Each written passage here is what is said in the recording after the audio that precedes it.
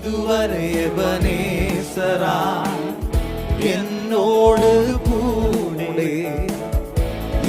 എഫെസ്യ ലേഖനം 3-ാം അധ്യായം 14, 15, 16 വാക്യങ്ങൾ. ഭൂമിയിലുമുള്ള സകല കുടുംബത്തിനും പേര് വരുവാൻ കാരണമായ പിതാവിന്റെ സന്നിധിയിൽ മുട്ടുകുത്തുന്നു. അവൻ തന്റെ മഹത്വത്തിന്റെ ധനത്തിനൊത്തവണ്ണം അവന്റെ ആത്മാവിനാൽ നിങ്ങൾ അകത്ത മനുഷ്യനെ സംബന്ധിച്ച് ശക്തിയോടെ ബലപ്പെടേണ്ടതിനും.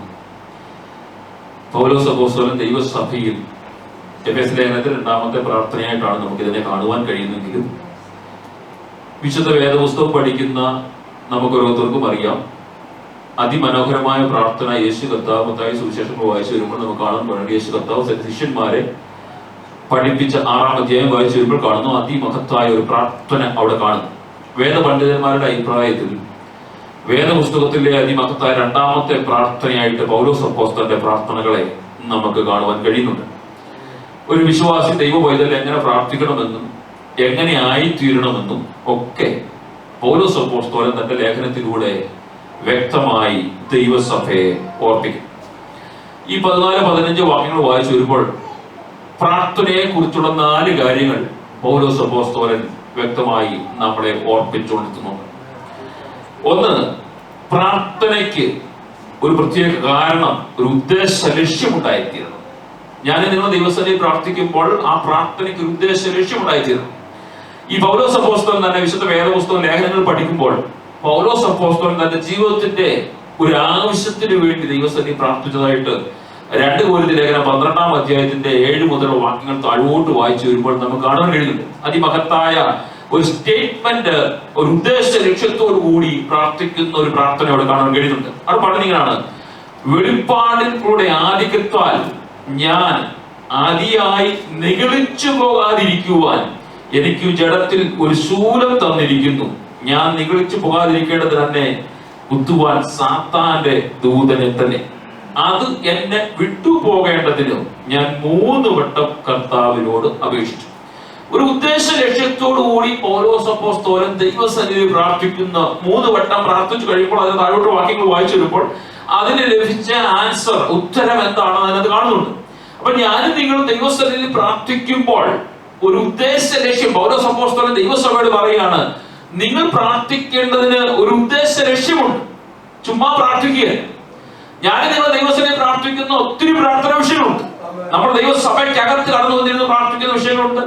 നമ്മൾ രഹസ്യമായ റൂമിനകത്തിരുന്ന് കുടുംബപരമായി നമ്മൾ ദൈവസന്നിധിയിൽ പ്രാർത്ഥിക്കുന്ന പ്രാർത്ഥനകളൊക്കെ ഒത്തിരി വിഷയങ്ങൾ നമ്മൾ പ്രാർത്ഥിക്കുന്നവരാണ്. പക്ഷേ പൗലോസ് അപ്പോസ്തലൻ ദൈവസഭയെ ഓർപ്പിച്ചുണർത്തുന്നത് നിങ്ങൾ എന്തിനു വേണ്ടി പ്രാർത്ഥിക്കണം. ഈ 2-ാം അധ്യായത്തിന്റെ 1 മുതൽ 3-ാം അധ്യായത്തിന്റെ 13 വരെയുള്ള വാക്യങ്ങൾ അത് നിമിത്തം, അതായത് നിങ്ങൾ പ്രാർത്ഥിക്കേണ്ട പ്രത്യേകമായ ഉദ്ദേശ ലക്ഷ്യം 2-ാം അധ്യായത്തിന്റെ 1 മുതൽ ഈ 3-ാം അധ്യായത്തിന്റെ 13 വരെയുള്ള വാക്യങ്ങളെ ഓർപ്പിച്ചു വേണം, അത് മനസ്സിൽ ധ്യാനിച്ചു വേണം, അത് ദൈവസന്നിധിയിൽ ഓർത്തു വേണം ഞാനും നിങ്ങൾ ദൈവസന്നിധിയിൽ പ്രാർത്ഥിക്കുവാൻ. കാരണം എന്താണെന്നറിയാമോ, ദൈവം എന്റെ രക്ഷകനായി വന്നുവെന്നും ദൈവത്തിന്റെ ജനമായി എന്നെ തെരഞ്ഞെടുത്തെന്നും ഒരു ശരീരമായി എന്നെ ക്രിസ്തുയേശുവിന്റെ ഒരു ശരീരത്തിന്റെ അവയവമാക്കി എന്നെ മാറ്റിയുമെന്നുള്ള പരമപ്രധാനമായ ബോധ്യത്തോടു കൂടി വേണം ദൈവസന്നിധിയിൽ ഞാനും നിങ്ങൾ പ്രാർത്ഥിക്കുവാൻ.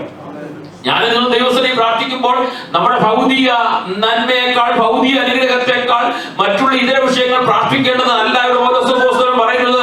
അതിനേക്കാൾ ഉപരിയായി ക്രിസ്തുയേശുവിൽ എന്നെ തെരഞ്ഞെടുത്ത ദൈവത്തിന് നന്ദി അറിയിച്ചുകൊണ്ട്, മാത്രമല്ല സഭയുടെ ശരീരമാകുന്ന അംഗമാക്കി ആ ക്രിസ്തുവാകുന്ന ശരീരത്തോടെ എന്നെ ചേർത്തിണക്കിയെന്നോർത്ത് ദൈവസന്നിധിയിൽ ഞാനും നിങ്ങളും ദൈവസന്നിധിയിൽ പ്രാർത്ഥിക്കണം. അപ്പം ഞാനും ദൈവസന്നിധിയിൽ പ്രാർത്ഥിക്കാൻ വരുമ്പോൾ ആ ഒരു പ്രത്യേക ഉദ്ദേശ ലക്ഷ്യത്തോടു കൂടി വേണം ദൈവസന്നിധിയിൽ പ്രാർത്ഥിക്കുവാൻ. മാത്രമല്ല ദൈവസന്നിധിയിൽ പ്രാർത്ഥിക്കുമ്പോൾ മുട്ടുകുത്തി പൗലോസ് അപ്പോസ്തലൻ പറയാണ്, ജ്ഞാനിയായ അല്ലെങ്കിൽ ദൈവസന്നിധിയുടെ മർമ്മം വെളിപ്പെടുത്തി കൊടുത്ത പൗലോസ് അപ്പോസ്തലൻ ക്രിസ്തുവിന്റെ ദൈവീയ ദർശനത്താൽ ആഴമേറിയ മർമ്മങ്ങൾ തന്റെ ആത്മാവിനാൽ വെളിപ്പെട്ട പൗലോസ് അപ്പോസ്തലൻ ദൈവസന്നിധിയിൽ മുട്ടുകുത്തി ദൈവസന്നിധിയിൽ പ്രാർത്ഥിക്കുന്നു. ഈ ദൈവസന്നിധിയിൽ മുട്ടുകുത്തുക എന്ന് പറയുമ്പോൾ അതിന് പ്രത്യേക കാരണങ്ങൾ ഉണ്ടെങ്കിൽ മാത്രമേ ദൈവസന്നിധിയിൽ മുട്ടുകുത്തുകയുള്ളൂ. കാരണം ആശ്രയിക്കുവാൻ വേറെ ആരും ഇല്ലാതിരിക്കുമ്പോഴാണ് ഞാനും നിങ്ങൾ ദൈവസന്നിധിയിൽ മുട്ടുകുത്തുന്നത്. പൗലോസ് അപ്പോസ്തലൻ പറയാണ്, ദൈവസഭയ്ക്ക് വേണ്ടി, എഫെസോസ് ദൈവസഭയ്ക്ക് വേണ്ടി ഞാൻ വേറെ ആശ്രയത്തിന് ആരുമില്ല. ഞാൻ പിതാവിന്റെ മുഖത്തേക്ക് നോക്കുവാൻ ഇതല്ലാതെ വേറൊരു മാർഗമില്ലെന്ന് പൗലോസ് അപ്പോസ്തലൻ അറിയാം. കാരണം ഞാൻ ഈ ദൈവജ്ഞാനത്താൽ നിറയപ്പെട്ട് ന്യായപ്രമാണത്തിന്റെ ഈടുകളെല്ലാം പഠിച്ച് അല്ലെങ്കിൽ സിനഗോഗുകളിൽ കയറി പ്രസംഗിക്കുവാൻ കഴിവുള്ള പൗലോസ് അപ്പോസ്തലൻ, അല്ലെങ്കിൽ ദൈവജ്ഞാനത്താൽ നിറയപ്പെട്ട പൗലോസ് അപ്പോസ്തലൻ ഇപ്പോൾ പറയാണ്, എന്റെ ജ്ഞാനമോ എന്റെ കഴിവോ എന്റെ പ്രാപ്തിയോ എന്റെ പാരമ്പര്യമോ ഒന്നും ദൈവത്തിൽ അടുത്ത് വരുവാൻ യോഗ്യതയുള്ളതല്ല. എന്റെ ദൈവത്തിൽ എനിക്ക് ആശ്രയമെല്ലാം മറ്റുപോകുമ്പോൾ എഫെസോസ് ദൈവസഭയോട് പറയാണ്, ലോകം നിങ്ങൾക്ക് എതിരായാലും നിങ്ങൾ മുട്ടുകുത്തുന്നവന്റെ മുഖത്തേക്ക് നോക്കി മുട്ടുകുത്തി പ്രാർത്ഥിച്ചാൽ ദൈവ സാന്നിധ്യം അനുഭവിച്ചറിയുവാൻ കഴിയും. അപ്പൊ പ്രാർത്ഥനയുടെ രണ്ടാമത്തെ കാര്യം എന്ന് അറിയാമോ, ഞാനും നിങ്ങളും ദൈവസ്ഥനെ മുട്ടുകുത്തണം. ഞാൻ മുമ്പ് ഓർപ്പിച്ചതുപോലെ പ്രത്യേക സാഹചര്യങ്ങൾ കടന്നു വരുമ്പോഴാണല്ലോ ദൈവസ്ഥനെ മുട്ടുകുത്തുന്നത്. ഈ മത്തായി സുവിശേഷം 6-ാം അധ്യായം, മർക്കോസ് സുവിശേഷം 5-ാം അധ്യായത്തിന്റെ 22-ാം വാക്യത്തിലേക്ക് വായിച്ചു വരുമ്പോൾ ഒരു മനുഷ്യൻ യേശു കർത്താവിന് മുൻപിൽ വന്ന് കവിണ് വീഴുന്നതായി കാണുന്നുണ്ട്. കവിണ് വീണു, കാരണം മുട്ടുകുത്തി ആ യേശു കർത്താവിന് മുൻപിലേക്ക് വീഴുന്നു. കാരണം എന്നറിയാമോ, തന്റെ മകൾ മരിച്ചു പോകുമെന്ന് പള്ളിപ്രമാണി ആയ ഒരു യായിറോസിന് ഓർമ്മ വന്നപ്പോൾ അവന് മനസ്സിലായി, പള്ളിപ്രമാണികൾ ഒത്തിരി പേരുണ്ട്, അല്ലെങ്കിൽ പുരോഹിതന്മാർ ഒത്തിരി പേരുണ്ട്, മഹാപുരോഹിതന്മാരുണ്ട്. പക്ഷേ അവർക്ക് ആർക്കും സൗഖ്യമാക്കുവാൻ, എന്റെ മോളെ സൗഖ്യമാക്കുവാൻ കഴിയത്തില്ല എന്ന് പൂർണ്ണ നിശ്ചയം പ്രാപിച്ചു കഴിഞ്ഞപ്പോൾ അവന്റെ പാരമ്പര്യമോ അവന്റെ സാഹചര്യമോ അവന്റെ ബഹുമതികളോ ഒന്നും നോക്കാതെ യേശു കർത്താവിന്റെ മുൻപിലേക്ക് കടന്നു വന്നിട്ട് കവിണ് വീണ് മുട്ടുകുത്തി അവനോട് അപേക്ഷിക്കുന്ന ഒരു വ്യക്തിത്വത്തെ കാണാം. കാരണം സാഹചര്യങ്ങൾ അവന് എതിരായി തീർന്നപ്പോൾ ആശ്രയിക്കുവാൻ കഴിയുന്നവന്റെ മുൻപിലേക്ക് കടന്നു വന്ന് പ്രാർത്ഥിക്കുന്നു. അങ്ങനെയാണെങ്കിൽ ഈ രാത്രിയിൽ ദൈവവചനം കേൾക്കുന്ന ഞാനും നിങ്ങളും മുട്ടുകുത്തുന്നതിന്റെ ആവശ്യകത എന്തെന്നറിയാമോ? എനിക്ക് നിങ്ങൾക്ക് നല്ല സൗഭാഗ്യമുള്ളപ്പോൾ, എനിക്ക് നിങ്ങൾക്ക് ജീവിക്കുവാൻ ആവശ്യമായ നന്മകൾ ഉള്ളപ്പോൾ, എനിക്ക് നിങ്ങൾക്ക് ജീവിക്കുവാൻ സാഹചര്യങ്ങളൊന്നും പ്രതികൂലമല്ലാതിരിക്കുമ്പോൾ ഞാനും നിങ്ങളും ഒരു ഉഴപ്പിയ പ്രാർത്ഥന പ്രാർത്ഥിച്ചുകൊണ്ട്, വെറുതെ ഒരു പ്രാർത്ഥന പ്രാർത്ഥിച്ചുകൊണ്ട്, മിനിറ്റുകൾക്കൊക്കെ പ്രാർത്ഥനകൾ അവസാനിപ്പിച്ച് ഞാനും നിങ്ങളും ബെഡിലേക്ക് കിടന്നുറങ്ങി സുഖമായി ഉറക്കം നടിച്ചല്ലെ ഉറങ്ങി ഞാൻ നിങ്ങൾ ജീവിക്കുമ്പോൾ, സാഹചര്യങ്ങൾ പ്രതികൂലമാകുമ്പോൾ, സാഹചര്യം അനുകൂലമല്ലാതിരിക്കുമ്പോൾ, രാത്രികളെ കണ്ണുനീരിൽ കൊണ്ട് തലവണകളെ നനയ്ക്കുന്ന രാത്രി കടന്നു വരുമ്പോൾ ഞാൻ നിങ്ങൾ മുട്ടുകുത്തി പ്രാർത്ഥിക്കുന്ന പ്രാർത്ഥനയുണ്ട്. അതെന്തെന്നറിയാമോ? ആശ്രയിക്കാൻ കഴിവുള്ളവൻ ഈ ലോകത്തിൽ ഒരു മനുഷ്യനുമില്ല.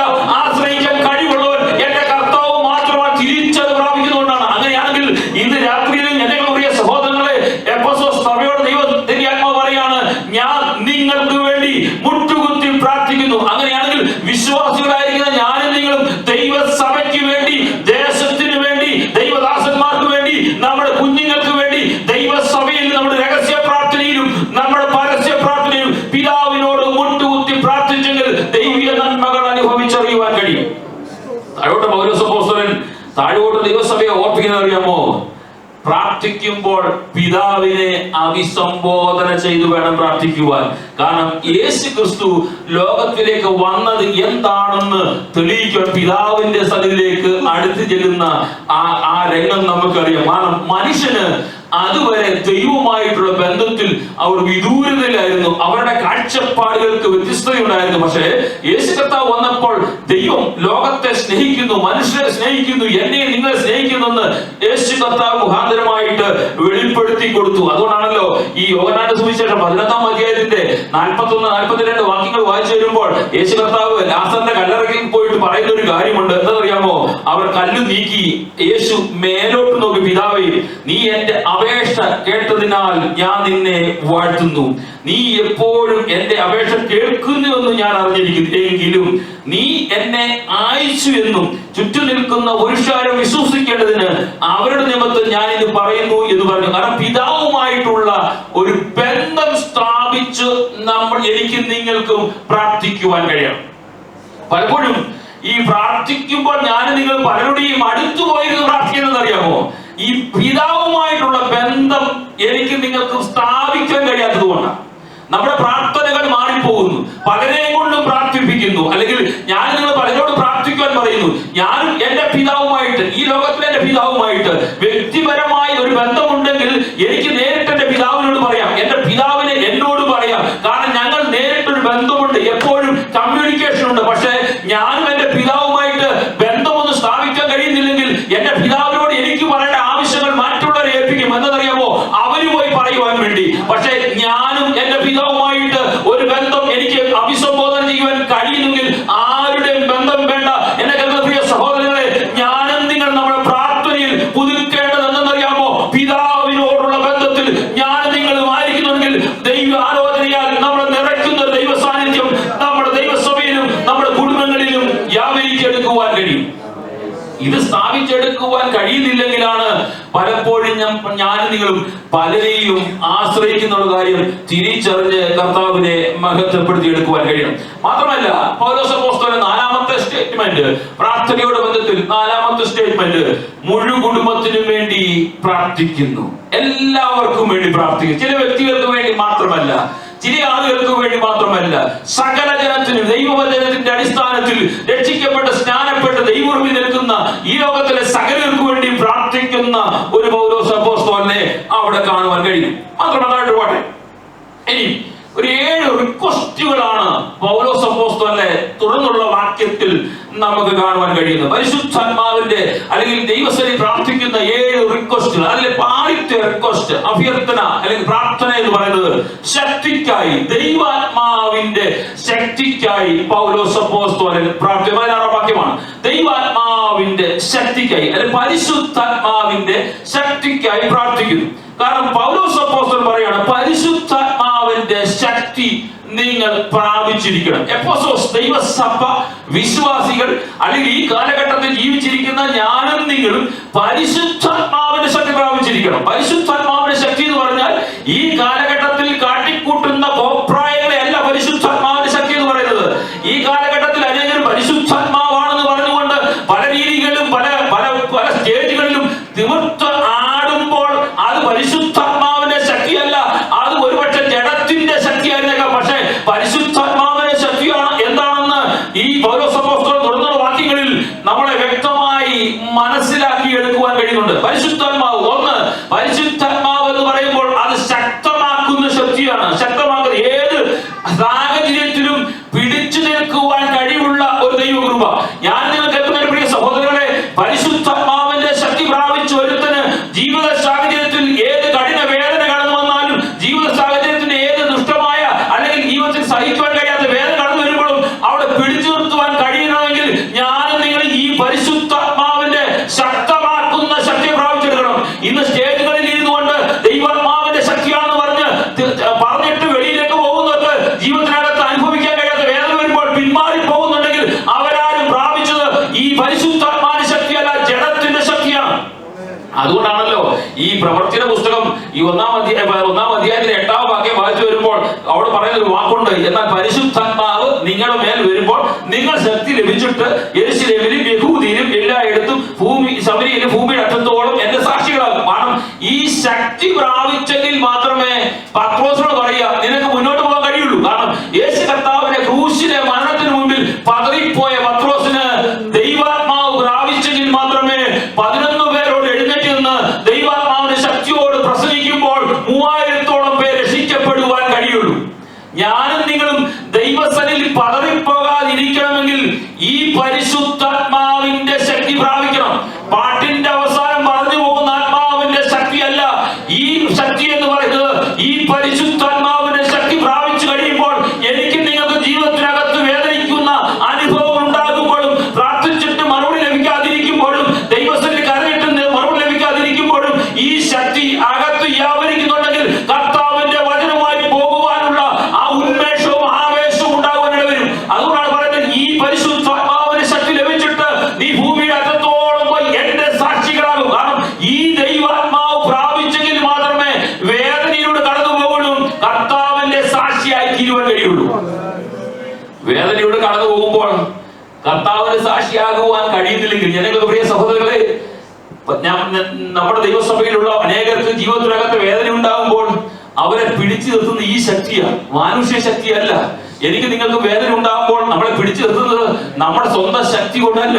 നമ്മുടെ ജീവിതത്തിൽ ഒരു മരണം സംഭവിച്ചാൽ അല്ലെങ്കിൽ നമ്മളെ വേദനിപ്പിക്കുന്ന സംഭവം ഉണ്ടായാൽ എനിക്ക് നിങ്ങൾക്ക് ഒരുപക്ഷെ ലോകപ്രകാരം പലരും തളർന്നു പോകുമ്പോൾ എന്നെ നിങ്ങളെ പിടിച്ചു നിർത്തുന്നത് ഈ പരിശുദ്ധാത്മാവിന്റെ ശക്തി. കാരണം ഇത് അകത്തേക്ക് ഒരു ആശ്വാസം പകർന്നു തരും. ഇത് അകത്തേക്ക് ഒരു ആശ്വാസം പകർന്നു തരും. രണ്ട്, ഈ ശക്തി എന്ന് പറയുന്നത് ഊർജം പകർന്നു തരുന്നത്.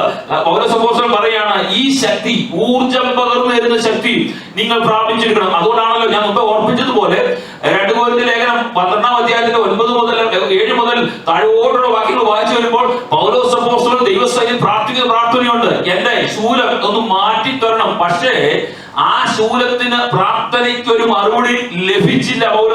പൗലോസിനോട് പറഞ്ഞൊരു വാക്യമാണ്, ഈ ശക്തി ഊർജം പകരുന്ന ഒരു ശക്തി കൊടുത്തു, പരിശുദ്ധാത്മാവിന്റെ ശക്തി. എന്താണെന്നറിയാമോ? എന്റെ കൃപ നിനക്ക് മതി. ഇന്ന് രാത്രിയിൽ എനിക്കൊക്കെ പ്രിയ സഹോദരങ്ങളെ, ജീവിതത്തിനകത്ത് പ്രാർത്ഥിച്ചിട്ടും മറുപടി ലഭിച്ചില്ലെങ്കിലും, ഞാനും നിങ്ങളും ആഗ്രഹിച്ചതുപോലെ പോകുവാൻ കഴിഞ്ഞില്ലെങ്കിലും, ഞാനും നിങ്ങൾ പ്രാപിക്കേണ്ട നന്മ പലപ്പോഴും അടയപ്പെട്ടെങ്കിലും, ഈ പൗലോസ് അപ്പോസ്തലൻ പ്രാപിച്ച ശക്തിയുടെ ഊർജം പ്രാപിക്കണം.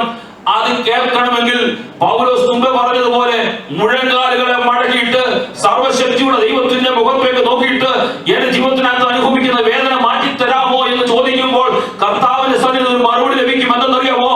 എന്റെ കൃപ നിനക്ക് മതി. അത് നിന്റെ ബലഹീനതമായ ശരീരത്തെ കവിയുന്ന ഒരു ദൈവ സാന്നിധ്യമാണ്. ആ പരിശുദ്ധാത്മാവിന്റെ ശക്തിയാണ് ഞാനും നിങ്ങളും പ്രാപിച്ചെടുക്കേണ്ടത്. ആ ദൈവാത്മാവിന്റെ ശക്തി പ്രാപിച്ചെടുത്ത് കഴിയുമ്പോൾ ഈ ബലഹീനമായ ശരീരത്തെ വേദനപ്പെടുത്തുന്ന എന്ത് കാര്യം ഉണ്ടായിരുന്നാലും അതിനെ കവർ ചെയ്യുന്ന ഒരു പരിശുദ്ധാത്മാവിന്റെ ശക്തി വന്നിട്ട് പറയും, എന്റെ കൃപ മതി സഹോദര, എന്റെ കൃപ മതി സഹോദരി. അത് നിന്റെ ബലഹീനത തികഞ്ഞു വരുന്ന ദൈവശക്തിയാണ്.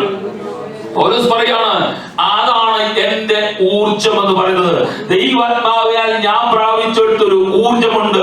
അത് എന്റെ പ്രാർത്ഥനയ്ക്ക് 3 പ്രാവശ്യം പ്രാർത്ഥിച്ചിട്ടും അതിന് മറുപടി ലഭിച്ച ഇപ്രകാരമാണ്, അത് നിന്റെ ബലഹീനതയെ കവിഞ്ഞു വരുന്ന, എന്റെ വേദനയെ കവിഞ്ഞു വരുന്ന, എന്റെ ശരീരത്തെ വേദനിപ്പിക്കുന്ന ആ സാത്താന്റെ ആ കുത്ത്, അതിനെ കവിഞ്ഞു വരുന്ന ദൈവശക്തിയുണ്ട്.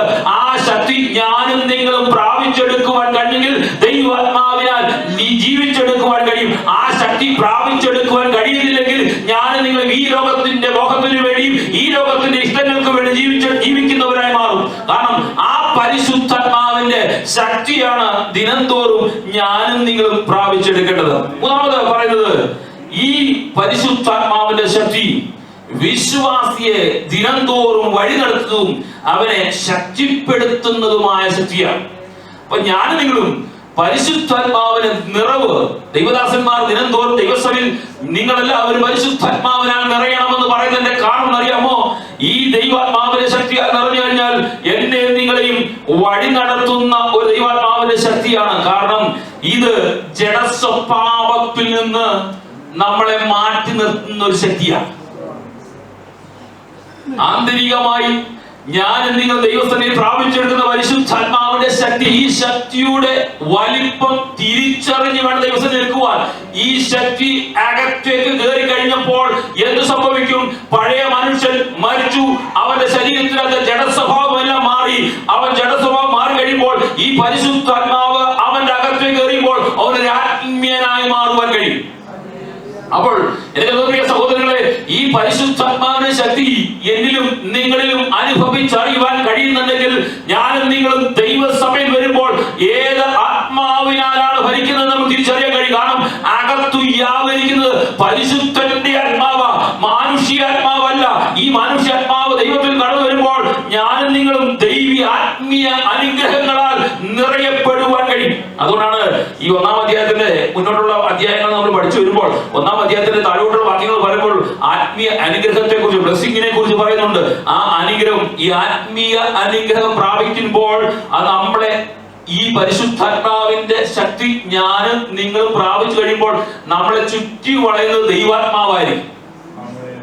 നമ്മൾ പോകുന്നതും നമ്മൾ സംസാരിക്കുന്നതും നമ്മൾ ഇരിക്കുന്നതും നമ്മൾ പ്രാർത്ഥിക്കുമ്പോഴും നമ്മൾ കൂട്ടായ്മ ആചരിക്കുമ്പോഴും ഒക്കെ ഈ ദൈവാത്മാവിന്റെ ശക്തിയായിരിക്കും നമ്മളെ ചുറ്റി വളരുന്നത്. അപ്പം ആ ആത്മീയ അനുഗ്രഹം ഞാൻ നിങ്ങൾ പ്രാപിച്ചു. 2, ഈ ആത്മീയ അനുഗ്രഹം പ്രാപിക്കുമ്പോൾ ഈ ലോകത്തിലെ താൽക്കാലിക അനുഗ്രഹങ്ങൾ ഈ ആത്മീയ അനുഗ്രഹത്തോട് വിപരീതമാണ്. നിങ്ങളാരും തെറ്റിദ്ധരിക്കരുത്. ആത്മീയ അനുഗ്രഹം പ്രാപിച്ച്, ആത്മീയ ശക്തി പ്രാപിച്ചു കഴിയുമ്പോൾ ഞാനും നിങ്ങളും ഈ ലോകത്തിന്റെ നന്മയ്ക്ക് വേണ്ടി ഓടുന്നവരായി തീരത്തില്ല. കാരണം അത് ഇതിനോട് വിപരീതമായി വിരുദ്ധതയുള്ളതാണ്. ഓരോ സംവത്സരം പറയാണ്, ഈ ലോകത്തിന്റെ നന്മയും ഈ ലോകത്തിന്റെ ഇഷ്ടങ്ങളെല്ലാം ഞാൻ ചപ്പും ചവറും നിന്നു. ഞാനിപ്പോ ഓടുന്നത് എന്റെ വിദ്യാഭ്യാസം കൊണ്ടോ എന്റെ കഴിവ് കൊണ്ടോ എന്റെ പാരമ്പര്യം കൊണ്ടോ അല്ല. എന്നിൽ പ്രാപിച്ച ഒരു ദൈവകൃപയുണ്ട്, എന്നിൽ പ്രാപിച്ച ദൈവത്തിന്റെ സാന്നിധ്യമുണ്ട്. ആ പരിശുദ്ധാത്മാവിന്റെ ശക്തി വരുമ്പോൾ ഈ ലോകത്തിന്റെ ഇഷ്ടങ്ങളെല്ലാം ഞാൻ ചപ്പും ചവറും എണ്ണി പോകുവാൻ കഴിയുന്നറിയാമോ? അകത്തേക്ക് വ്യാപരിച്ചത് ഈ ജഡസ്വഭാവത്തിന്റെ ആത്മാവിനെയല്ല, പരിശുദ്ധാത്മാവിന്റെ ശക്തിയാകുന്നതിനാൽ ജഡസ്വഭാവം വിട്ടിട്ട് അവൻ ദൈവാത്മാവിന്റെ ശക്തിക്ക് വേണ്ടി ഓടുകയാണ്. അങ്ങനെയാണെങ്കിൽ ഇന്ന് രാത്രിയിൽ എന്നെ കേൾക്കുന്ന പ്രിയ സഹോദരങ്ങളെ, ഞാനും നിങ്ങളും ദൈവാത്മാവിന്റെ ശക്തി പ്രാപിച്ചിട്ടുണ്ടെങ്കിൽ ഈ ലോകത്തിന്റെ മുഖത്തിനോട് ഓടാതെ ദൈവാത്മാവിന്റെ ശക്തിയോട് മുന്നോട്ട് പോകുമ്പോൾ ഉറപ്പായും എനിക്കും നിങ്ങൾക്കും പറയാൻ കഴിയുന്ന കാര്യമുണ്ട്. കാഹളം ധ്വനിക്കുമ്പോൾ ഞാൻ പോകും. ഞാൻ ജീവിക്കുന്നത് പരിശുദ്ധാത്മാവിന്റെ ശക്തിയാലാണ്, ജഡത്തിന്റെ ശക്തിയാലല്ല. ജഡത്തിന്റെ ശക്തിയല്ല എന്നെ ഭരിക്കുന്നത്. എന്നെ ഭരിക്കുന്നത് ദൈവാത്മാവിന്റെ ശക്തിയാണ്. അതുകൊണ്ടാണ് പറയുന്നത്, പൗലോസ് പറയുന്നത്, ആത്മീയ അനുഗ്രഹങ്ങൾ താൽക്കാലിക അനുഗ്രഹങ്ങൾക്ക് വിപരീതം ആണ്. അടുത്തത്, ആത്മീയ അനുഗ്രഹങ്ങൾ ഭൗതിക അനുഗ്രഹത്തെക്കാൾ ശ്രേഷ്ഠതയുള്ളതാണ്. ഞാൻ നിങ്ങൾ പ്രാപിച്ചിരിക്കുന്ന ദൈവിക നന്മ നമ്മുടെ പിതാക്കന്മാരുടെയോ മാതാക്കളുടെയോ നമ്മളെയോ കണ്ണുനീര് കണ്ടിട്ട് കർത്താവ് നൽകുന്ന ഭൗതിക അനുഗ്രഹത്തെക്കാൾ ശ്രേഷ്ഠതയുള്ളതാണ് ഞാനും നിങ്ങളും പ്രാപിച്ചെടുത്ത ദൈവിക അനുഗ്രഹം, ആത്മീയ അനുഗ്രഹം, ഈ പരിശുദ്ധാത്മാവിന്റെ ശക്തി എന്ന് തിരിച്ചറിഞ്ഞണം. അതുകൊണ്ടാണ് പറയുന്നത്, നിങ്ങളിൽ വ്യാപരിക്കുന്ന അവന്റെ ശക്തിയുടെ അളവറ്റ വലിപ്പം ഇനി നിങ്ങൾ തിരിച്ചറിയണം. അതിന്റെ ശക്തിയുടെ ആ വലിപ്പം തിരിച്ചറിഞ്ഞാൽ ഞാനും നിങ്ങളും ജീവിക്കുന്നത് വിശുദ്ധിയിലും വേർപാടിലും ആയിരിക്കണം. കാരണം അകത്തേക്ക് വ്യാപരിച്ചിരിക്കുന്ന പരിശുദ്ധാത്മാവിന്റെ ആ അളവറ്റ വലിപ്പം തിരിച്ചറിഞ്ഞു വേണം ജീവിച്ചെടുക്കുവാൻ. അതുകൊണ്ടാണ് പറയുന്നത്, ഭൗതിക അനുഗ്രഹത്തെക്കാൾ ഏറ്റവും നല്ലത് ആത്മീയ ശക്തിയാണ്. അതുകൊണ്ടാണ് ദിനംതോറും ഞാനും നിങ്ങളും ദൈവസന്നിധിയിൽ പ്രാർത്ഥിക്കുമ്പോഴും പാടുമ്പോഴും ഈ പരിശുദ്ധാത്മാവിന്റെ ശക്തി പ്രാപിച്ചെടുക്കുവാൻ പറയുന്നത്. നമ്മുടെ കാഴ്ചപ്പാടുകൾക്ക് വ്യത്യസ്തം വരും, നമ്മുടെ രീതികൾക്ക് വ്യത്യാസം വരും, നമ്മുടെ പ്രാർത്ഥനയ്ക്ക് വ്യത്യാസം വരും, നമ്മുടെ സ്വഭാവത്തിന് വ്യത്യാസം വരും.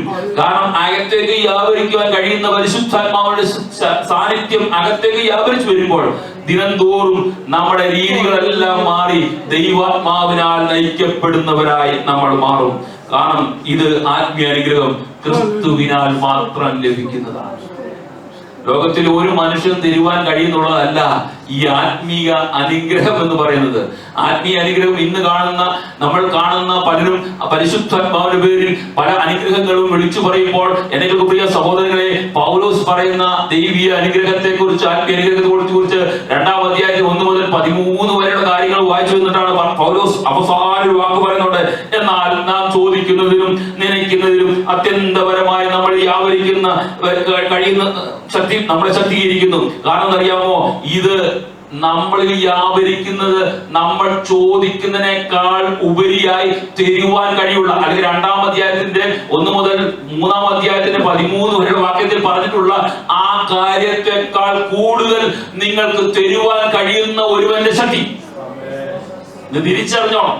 ഞാൻ നിങ്ങൾ ദൈവാത്മാവിൽ ദൈവത്തെ ആരാധിക്കുമ്പോൾ ഇത് ക്രിസ്തുവിനാൽ മാത്രം ലഭിക്കുന്നതാണെന്നുള്ള തിരിച്ചറിവ്, ഈ ആത്മാവിന്റെ ശക്തി ലോകത്തിൽ ഒരു മനുഷ്യനോ ഒരു ദൈവദാസനോ കൈവച്ചാലോ അല്ലെങ്കിൽ ഒരു ദിവസം പ്രാർത്ഥിച്ചാലോ ഒന്നും ലഭിക്കുന്ന ശക്തിയല്ല. ഈ ദൈവാത്മാവിനാൽ പരിശുദ്ധാത്മാവ് നമ്മുടെ അകത്തേക്ക് കയറുവാൻ കഴിയുന്നെങ്കിൽ, എന്റെ ഈ ജഡശരീരം, എന്റെ ഹൃദയം ശുദ്ധിയുള്ളതെങ്കിൽ മാത്രമേ ഈ ദൈവാത്മാവിന് അകത്ത് വസിക്കാൻ കഴിയുള്ളൂ. ഈ ദൈവാത്മാവ് അകത്ത് വസിച്ചു കഴിഞ്ഞാൽ എന്റെ ജഡത്തിന്റെ സ്വഭാവം മാറിയിട്ട് ഞാൻ ഒരു ആത്മീയനായി മാറുവാനും ദൈവാത്മാവിന്റെ ചിന്തകൾ മാത്രം എന്റെ അകത്തുനിന്ന് പുറത്തേക്ക് വരുവാൻ കഴിയും. അവസാനം പറയുന്ന വാക്കുണ്ട്, ഈ അനുഗ്രഹങ്ങൾ, ഭൗമ്യമായ അനുഗ്രഹങ്ങളെല്ലാം ഇവിടെ തീർന്നു പോന്നതാണ്. അത് ഒരു മനുഷ്യനെ നേടുവാൻ അല്ലെങ്കിൽ അവനെ നിത്യത്തിലേക്ക് അടുപ്പിക്കുവാൻ കഴിയുന്നതല്ല. അത് മറ്റുള്ളവർ മോഷ്ടിച്ചുകൊണ്ട് പോകുന്നതാണ് ഭൗതിക നന്മ എന്ന് പറയുന്നത്. മാത്രമല്ല, ഒരു രാഷ്ട്രത്തെയും ഭൗതിക നന്മകൾ പിടിച്ചു നിർത്തുവാൻ കഴിയില്ല. പക്ഷെ ഒരു വ്യക്തിയെ പിടിച്ചു നിർത്തുവാൻ ഒരു ആത്മാവിന്റെ ശക്തിക്ക് കഴിയും. മനുഷ്യന് ഭൗതിക നന്മകൾ കൂടുന്നതിനനുസരിച്ച് മനുഷ്യൻ അത്യാഗ്രഹങ്ങൾ കൂടും.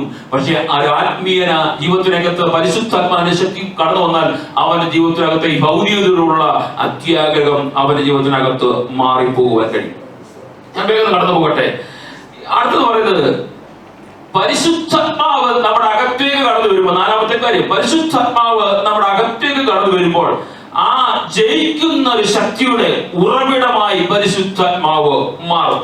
ജയിക്കുന്നവന്റെ ഉറവിടമായി ഈ ദൈവാത്മാവിന്റെ ശക്തി മാറും. അതുകൊണ്ടാണല്ലോ 3-ാം അധ്യായത്തിന്റെ 20-ാം വാക്യം പറയുന്നത്, നാം ചോദിക്കുന്നതിലും നനയ്ക്കുന്നതിലും അത്യന്തപരമായി ചെയ്യുവാൻ നമ്മൾ വ്യാപരിക്കുന്ന ശക്തിയാൽ ഇത് കഴിയുന്നു. കാരണം നമ്മൾ വ്യാപരിക്കുന്ന ഒരു ശക്തി കടന്നു വരുമ്പോൾ, ഞാൻ മുമ്പ് ഓർപ്പിച്ചതുപോലെ ഈ ജഡസ്വഭാവം എല്ലാം മാറിയിട്ട് അത്യന്തപരമായി ചെയ്യുവാൻ നമ്മൾ വ്യാപരിക്കുന്ന ശക്തിയുണ്ട്. ആ ശക്തി കടന്നു വരുമ്പോൾ ജീവിതത്തിനകത്തെ പ്രതിസന്ധി കടന്നു വന്നാലും പിടിച്ചു നിൽക്കുവാൻ കഴിയും. കാരണം എന്റെ പ്രാർത്ഥന മുഴുവനും 2-ാം അധ്യായത്തിന്റെ 1 മുതൽ വാക്യങ്ങളായതുകൊണ്ട് ഈ ലോകത്തിന്റെ ഒരു കാര്യത്തിന് വേണ്ടിയും പൗലോസ് അപ്പോസ്തലൻ എഫെസോസ് ദൈവസഭയെ പ്രാർത്ഥന പഠിപ്പിച്ചിട്ടില്ല.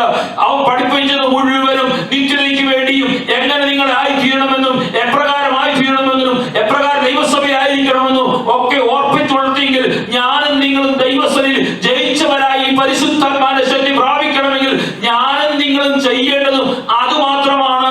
ഈ പരിശുദ്ധാത്മാവിന്റെ ശക്തി വരുമ്പോൾ നാം ചോദിക്കുന്നതിനേക്കാൾ ഉപരിയായി ആത്മീയ അനുഗ്രഹത്തെ നിറയ്ക്കുന്ന ദൈവ സാന്നിധ്യം. നമ്മൾ പലപ്പോഴും നമ്മുടെ പ്രാർത്ഥനയിൽ പറയുന്നത് നമ്മളെല്ലാവരും, ഞാൻ ഉൾപ്പെടെ നമ്മളെല്ലാവരും പ്രാർത്ഥിക്കുന്ന ഭൗതിക അനുഗ്രഹത്തിന് വേണ്ടി മാത്രമേ ഉള്ളൂ. പക്ഷേ നമ്മുടെ ജീവിതത്തിനകത്തെ പ്രാർത്ഥനയുടെ രീതികൾ മാറ്റിയിട്ട് ഒരു ആത്മീയ അനുഗ്രഹത്തിന് വേണ്ടി നമുക്ക് എത്ര പേർക്ക് ദൈവസന്നിധിയിൽ പ്രാർത്ഥിക്കുവാൻ കഴിയും? അവസാനമായി പൗലോസ് അപ്പോസ്തലൻ പറയുന്ന മറ്റൊരു കാര്യം, നമ്മുടെ പ്രാർത്ഥന കേൾക്കും, ഉത്തരം നൽകും എന്ന് നമുക്ക് എങ്ങനെ അറിയാം? അത് ദൈവശക്തിയാൽ മാത്രമേ അറിയാൻ കഴിയൂ. ഞാൻ നിങ്ങൾ മാസങ്ങളായി ഈ 2024 ജനുവരി മാസം മുതൽ ഈ മാസത്തിന്റെ ഈ ദിവസം വരെയും പ്രാർത്ഥിച്ച അനേക പ്രാർത്ഥനകളുണ്ട്. ഒരുപക്ഷെ ഭൗതികമായിരുന്നേക്കാം, ഒരുപക്ഷെ ആത്മീയ വിഷയങ്ങളായിരുന്നേക്കാം, ഒരുപക്ഷെ വ്യക്തിപരമായ പ്രാർത്ഥന വിഷയങ്ങളായിരുന്നേക്കാം, സഭയുടെ പ്രാർത്ഥന വിഷയങ്ങളായിരുന്നേക്കാം. പക്ഷെ അതെങ്ങനെ ആ പ്രാർത്ഥനയ്ക്ക് മറുപടി നിങ്ങൾക്ക് ലഭിക്കുമെന്ന് തിരിച്ചറിയുവാൻ കഴിയണമെങ്കിൽ ഈ പരിശുദ്ധാത്മാവിന്റെ ശക്തി ഞാൻ നിങ്ങൾ പ്രാപിക്കണം. ഈ പരിശുദ്ധാത്മാവിന്റെ ശക്തി എനിക്കും നിങ്ങൾക്കും പ്രാർത്ഥിക്കാൻ കഴിയുന്നില്ലെങ്കിൽ ഞാനും നിങ്ങളും ദൈവസന്നിധിയിൽ പ്രാർത്ഥിക്കുന്നത് വെറും ജൽപ്പനങ്ങളായി മാറിപ്പോകും, വെറുതെ കടന്നു വന്ന് പറഞ്ഞവരായി മാറിപ്പോകും. പക്ഷെ ഈ പരിശുദ്ധാത്മാവിന്റെ ശക്തി പ്രാപിച്ചിട്ട് ഞാൻ പ്രാർത്ഥിക്കുവാൻ കഴിയുന്നെങ്കിൽ ആ ദൈവശക്തി പൂർണ്ണമായി ഏറ്റെടുത്ത് അതിനകത്തൊരു വിടുതൽ കാണുവാൻ കഴിയും. അതുകൊണ്ടാണല്ലോ യെശയ്യാവിന്റെ പുസ്തകം 40-ാം അധ്യായത്തിൽ 31-ാം വാക്യത്തിൽ യെശയ്യാ പറഞ്ഞ വാക്കുണ്ട്, എങ്കിലും യഹോവയെ കാത്തിരിക്കുന്നവർ ശക്തിയെ പുതുക്കും, അവർ കഴുകന്മാരെ പോലെ ചിറകടിച്ചു കയറിയും അവർ തളർന്നു പോകാതെ ഓടുകയും ക്ഷീണിച്ചു പോകാതെ നടക്കുകയും ചെയ്യും. കാരണം ഈ ശക്തി പ്രാപിച്ചവൻ ഒരു കാരണവശാലും തളർന്നു പോകത്തില്ല. കാരണം അവൻ ജഡത്തിന്റെ ശക്തിയല്ല പ്രാപിച്ചിരിക്കുന്നത്, ദൈവാത്മാവിന്റെ ശക്തി പ്രാപിച്ചുകൊണ്ട് ദിനംതോറും അവന്റെ ജീവിതത്തിൽ കടന്നു വരുന്ന പ്രതിസന്ധിയിൽ നിന്ന് ഓടി അകലുവാൻ കഴിയുന്ന ഒരു ദൈവാത്മാവിന്റെ ശക്തി. അങ്ങനെയാണെങ്കിൽ ഇന്ന് രാത്രിയിൽ ഞാനും നിങ്ങളും പ്രാപിച്ചെടുക്കേണ്ടത് ഈ പരിശുദ്ധാത്മാവിന്റെ ശക്തിയാണ്. ജീവിതത്തിനകത്ത് ദിനംതോറും ജീവിതത്തിനകത്ത് കടന്നു വരുന്ന പ്രതിസന്ധിയിൽ നിന്ന് ഓടി മറയണമെങ്കിൽ, ജീവിതത്തിനകത്ത് കടന്നു വന്ന വേദനയിൽ നിന്ന് ഓടി മറയണമെങ്കിൽ, നമ്മൾ തളർന്നു പോകാതെ ക്രിസ്തുവിന്റെ വേദനയ്ക്ക് വേണ്ടി ഓടണമെങ്കിൽ ഈ പരിശുദ്ധാത്മാവിന്റെ ശക്തി പ്രാപിക്കണം. ദൈവസഭയിൽ കടന്നു വരുന്ന പ്രിയ സഹോദരങ്ങളെ, ഞാനിതിന് കർത്താവിനെ വേല ചെയ്യുമ്പോൾ അല്ലെങ്കിൽ മറ്റുള്ള ദൈവസഭയിൽ പ്രാർത്ഥിക്കുമ്പോൾ നമ്മളെ കുറ്റപ്പെടുത്തുന്ന ഒത്തിരി പേർ കടന്നു വന്നേക്കാം. അവരുടെ പ്രാർത്ഥന ശരിയായില്ല, അവരുടെ പാട്ട് ശരിയായില്ല, അവരുടെ രീതികൾ ശരിയായില്ല, അവരുടെ ഇരിപ്പ് ശരിയായില്ല, അവരുടെ പ്രസംഗം ശരിയായില്ല എന്ന് പറയുമ്പോഴും തളർന്നു പോകാതിരിക്കണമെങ്കിൽ ഞാനും നിങ്ങളും ദൈവാത്മാവിന്റെ ഈ പരിശുദ്ധാത്മാവിന്റെ ശക്തി പ്രാപിക്കണം. ഞാനും നിങ്ങൾ പരിശുദ്ധാത്മാവിന്റെ ശക്തി പ്രാപിച്ചില്ലെങ്കിൽ ദൈവസഭയിൽ കടന്നു വന്ന ആരെങ്കിലും ഒരാൾ കുറ്റം പറഞ്ഞാൽ, നെഗറ്റീവ് പറഞ്ഞാൽ അവിടെ കൊണ്ട് തുറന്നു പോയിട്ട് ഞാനിന്ന് മാറി നിൽക്കുന്നവരായി മാറും. പക്ഷേ ദൈവാത്മാവിന്റെ ശക്തി പ്രാപിച്ചു കഴിഞ്ഞാൽ യഹോവയെ കാത്തിരിക്കുന്നവർ ശക്തി പ്രാപിക്കും. അവർ കഴുകന്മാരെ പോലെ ചിറകടിച്ചു കയറും, അവർ തളർന്നു പോകാതെ ഓടുകയും ക്ഷീണിച്ചു പോകാതെ നടക്കുകയും ചെയ്യും. മാത്രമല്ല യെശയ്യാവിന്റെ പുസ്തകം 41-ാം അധ്യായത്തിന്റെ 10-ാം വാക്യം ഇങ്ങനെ പറയുന്നു, യേശു കർത്താവ് ദൈവം നമ്മോട് പറയുന്ന ഒരു വാക്കുണ്ട്, എന്താണെന്നറിയാമോ? ഞാൻ നിന്നോട് കൂടെയുണ്ട്. ഈ ശക്തി പ്രാപിച്ചവന്റെ കൂടെ ഞാനുണ്ട്, ഭ്രമിച്ചു നോക്കേണ്ട, ഞാൻ നിന്റെ ദൈവം ആകുന്നു. ഞാൻ നിന്നെ ശക്തീകരിക്കും, ഞാൻ നിന്നെ സഹായിക്കും, എന്റെ നീതിയുള്ള വലകയോട് ഞാൻ നിന്നെ താങ്ങും. ഇത് താങ്ങണമെങ്കിൽ ഈ ദൈവാത്മാവിന്റെ ശക്തി പ്രാപിക്കണം. ജീവിതത്തിനകത്ത് പ്രതിസന്ധി കടന്നു വരുമ്പോഴും താങ്ങുന്ന, ശക്തീകരിക്കുന്ന, സഹായിക്കുന്ന, വലങ്ങൈ കൊണ്ട് നമ്മളെ പിടിച്ചു നിർത്തുന്ന ആ ദൈവകൃപ പ്രാപിച്ചെടുക്കാൻ കഴിയുന്നെങ്കിൽ പൗലോസ് അപ്പോസ്തലൻ പറയുന്നത് പോലെ എനിക്ക് നിങ്ങൾക്കും പറയാൻ കഴിയും. അവൻ തന്റെ മഹത്വത്തിന്റെ ധനത്തിനൊത്തുപണം അവന്റെ ആത്മാവിനാൽ നിങ്ങൾ അകത്തെ മനുഷ്യനെ സംബന്ധിച്ചു ശക്തിയോടെ ബലപ്പെടണം. ഈ പരിശുദ്ധാത്മാവിന്റെ ശക്തിയോടെ എനിക്ക് നിങ്ങൾക്കും ബലപ്പെടുവാൻ കഴിയുന്നെങ്കിൽ ലോകത്തിലെ ഒരു ശക്തിക്കോ ഒരു വ്യക്തിക്കോ ഒരു സമൂഹത്തിനോ എന്നെ നിങ്ങളെ പരാജയപ്പെടുത്താൻ കഴിയത്തില്ല. കാരണം എന്ന് പറഞ്ഞാൽ കല്ലറകളെ ഭേദിച്ച് മൂന്നാം നാൾ ഉയർത്തെഴുന്നേറ്റവന്റെ ആത്മാവിന്റെ ശക്തിയാണ് ഞാൻ നിങ്ങൾ പ്രാപിച്ചിരിക്കുന്നത്. ലോകത്തിലെ ഒരു വാക്കുകൾക്കോ ലോകത്തിന്റെ ഒരു സമൂഹത്തിനോ ഒരു വ്യക്തിക്കോ പരാജയപ്പെടുത്തുവാൻ എനിക്ക് നിങ്ങൾക്കും അവർ കഴിയാതിരിക്കണമെങ്കിൽ ഈ ദൈവാത്മാവിന്റെ ശക്തി പ്രാപിച്ചുകൊണ്ട് ദിനം തോറും നമുക്ക് വഴി നടക്കാം. കർത്താവ് നമ്മുടെ ഈ വചനങ്ങളാൽ സഹായിക്കുമാറാകട്ടെ. ഇതുവരെ എബനേസരാ എന്നോട് കൂടെ ഇരുൾ